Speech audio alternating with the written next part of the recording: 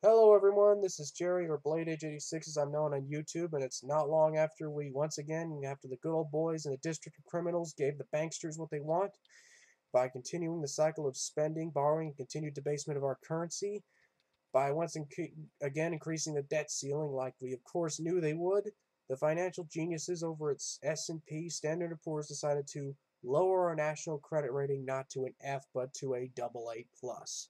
Now all the pundits are freaking out. The politicians are they're playing their usual parlor tricks, pretending to be at each other's throats while they're really in bed with each other.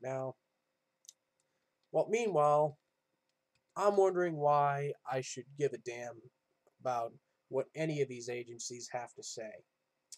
I mean, really. We've been borrowing and spending money we don't have since FDR. The printing presses have been going nonstop since Nixon got rid of the dollar's last tie to gold, and it's only now that our credit rating is being lowered, once again not to an F, but to a AA plus. Now, the elephant in the room, one of the main reasons why anyone actually buys this crap is the lie that the measure of a healthy market is confidence, which is fine if there's any justification for it, but I could have confidence of virtually anything. Now, I could have confidence that this junk email I got the other day was from the Prince of Nigeria, and that if I give him my social security number, he'll give me $1 million. I could have confidence, absolute confidence, that if I rub this lamp, that a genie will come and grant me 3 wishes.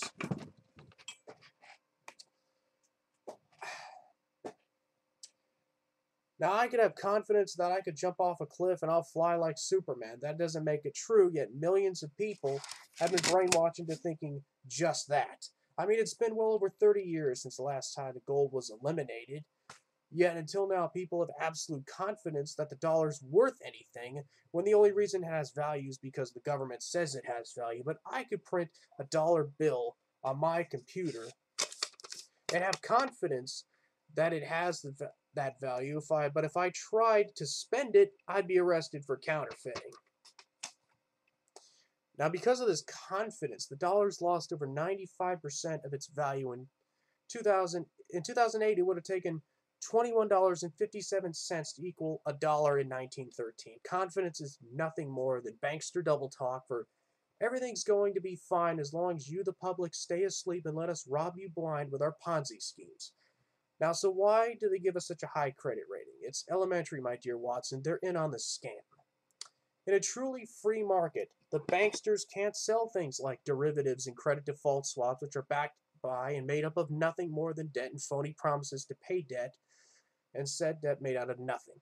So they give their assets to the credit rating agencies and make deals with them. Say if they rate their assets as AAA, they'll get a cut of the loot they make from selling it on the market. But they know that the market will eventually catch on that these assets are worth nothing. So then they do something called short selling, where they make bets that the stock's going to fail, and as an insurance policy of said failure, they go back to the agencies and tell them to lower the rating once again with the promise of a cut of their ill-gotten loot. That'd be like if I took dog poop, painted it gold, went to a jeweler and paid him to have it appraised as 24-karat gold, sold it, and then got cat poop and painted that gold and had it appraised as 24-karat gold and started selling that, and people started catching on that they were being scammed. Now, except with the key difference being a small number of insiders know they're really buying dog poop, but know precisely when to sell so they don't get stuck with the bills when the market for dog poop crashes. Yes, folks, it really, really is that simple.